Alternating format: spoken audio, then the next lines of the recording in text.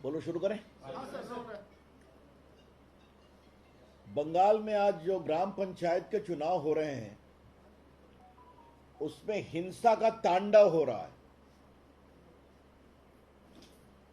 अभी तक 1 दर्जन से अधिक लोग मारे जा चुके हैं और बड़ी संख्या में लोग घायल हैं। ममता जी, आपने अपने बंगाल को कहां पहुंचा दिया? एक समय बंगाल लोकतंत्र की जननी थी, राष्ट्रीय जागरण का केंद्र था।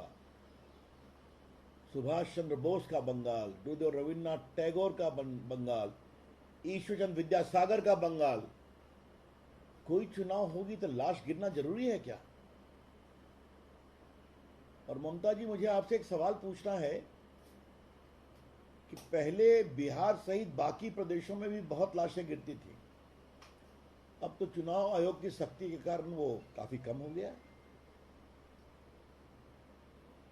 आपके यहां भी लोकसभा के चुनाव होते हैं तो चुनाव आयोग की सख्ती के कारण हिंसा थोड़ी कम होती है, लेकिन जब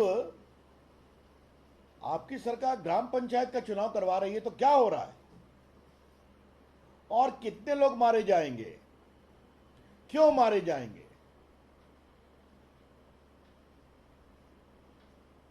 सेंट्रल फोर्सेस को भी कायदे से काम नहीं करने दिया जा रहा है, कोई सहयोग नहीं मिल रहा है जमीन पर। ममता जी की पुलिस एक प्रकार से पॉलिटिकल आउटफिट के रूप में काम करती है,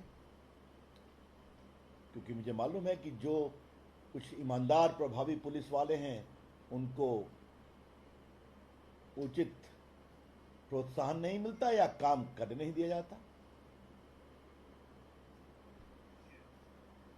ममता जी, आपकी पार्टी के लोग भी मारे जा रहे हैं ना, क्योंकि आपके भी पार्टी के गुटों में काफी संघर्ष है, ऐसा हमें बताया गया है और यही जमीनी खबर भी है।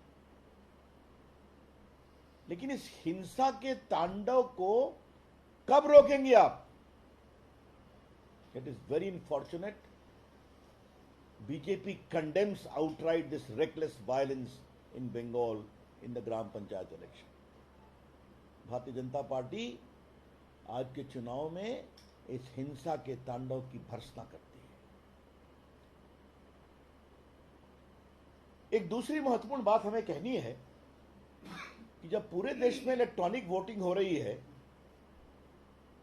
तो ममता जी, आप बैलेट बॉक्स ले आई आपके अंडर में जो चुनाव करवा रहे हैं। आप लोग के दबाव में बैलेट बॉक्स फिर आ गया। जो बैलेट बॉक्स अतीत हो गया था, बटन दबाइए इलेक्ट्रॉनिक वोटिंग मशीन पर, आपकी वोटिंग रिकॉर्ड होगी। अब आप बैलेट बॉक्स ले आई और फिर वही पुरानी परंपरा कि बैलेट बॉक्स को छीना, उठा के कहीं तालाब में फेंक दिया, किसी बैलेट बॉक्स में इंक डाल दिया ताकि जिसको जितने वोट मिले सब समाप्त हो जाए। ममता जी, आपकी सरकार के लोकतांत्रिक कमिटमेंट का टेस्ट हो रहा है। Mamata ji, the very democratic credentials of your government is under serious test. किस बात पर आप नरेंद्र मोदी के खिलाफ आरोप लगाती हैं? विपक्षी दलों को एक करने की बात करती हैं कि लोकतंत्र का हनन हो रहा है मोदी जी की सरकार में। लोकतंत्र का हनन ममता जी आपके सरकार में बंगाल में हो रहा है और सारी विपक्षी पार्टियां चुप हैं।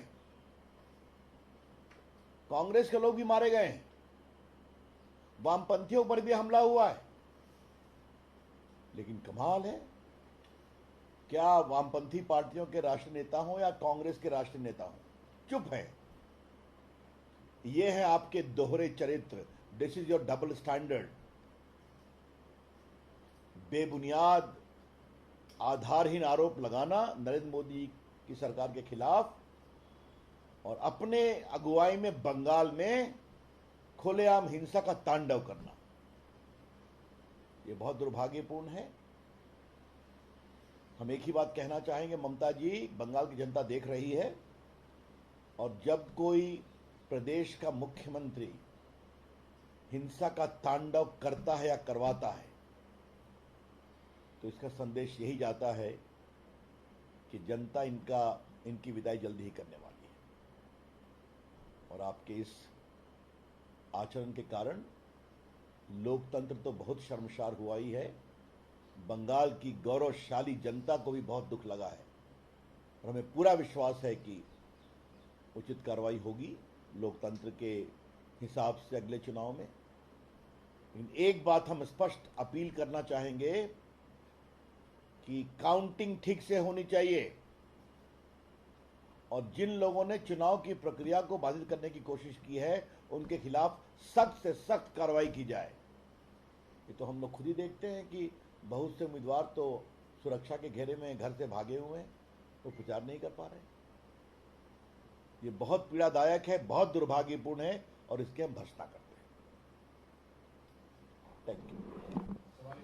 क्या सवाल है? ममता ने कहा था कि लोकतंत्र 2024 अगर मोदी सरकार आई लोकतंत्र खत्म हो जाए, अब वही लोकतंत्र को मिला जा रहा है।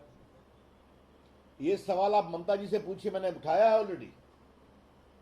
जिस लोकतंत्र के खतरे की आशंका वो प्रधानमंत्री को लेकर आरोप के बारे में बोलती हैं मोदी जी के खिलाफ, वो खुद उनकी सरकार में क्या हो रहा है बंगाल में दिखाई पड़ रहा है। लोकतंत्र का खतरा ऐसी सरकारों से है जो लोकतंत्र का नाम लेते हैं और लोकतंत्र की सारी प्रक्रियाओं को समाप्त करने की कोशिश करते हैं।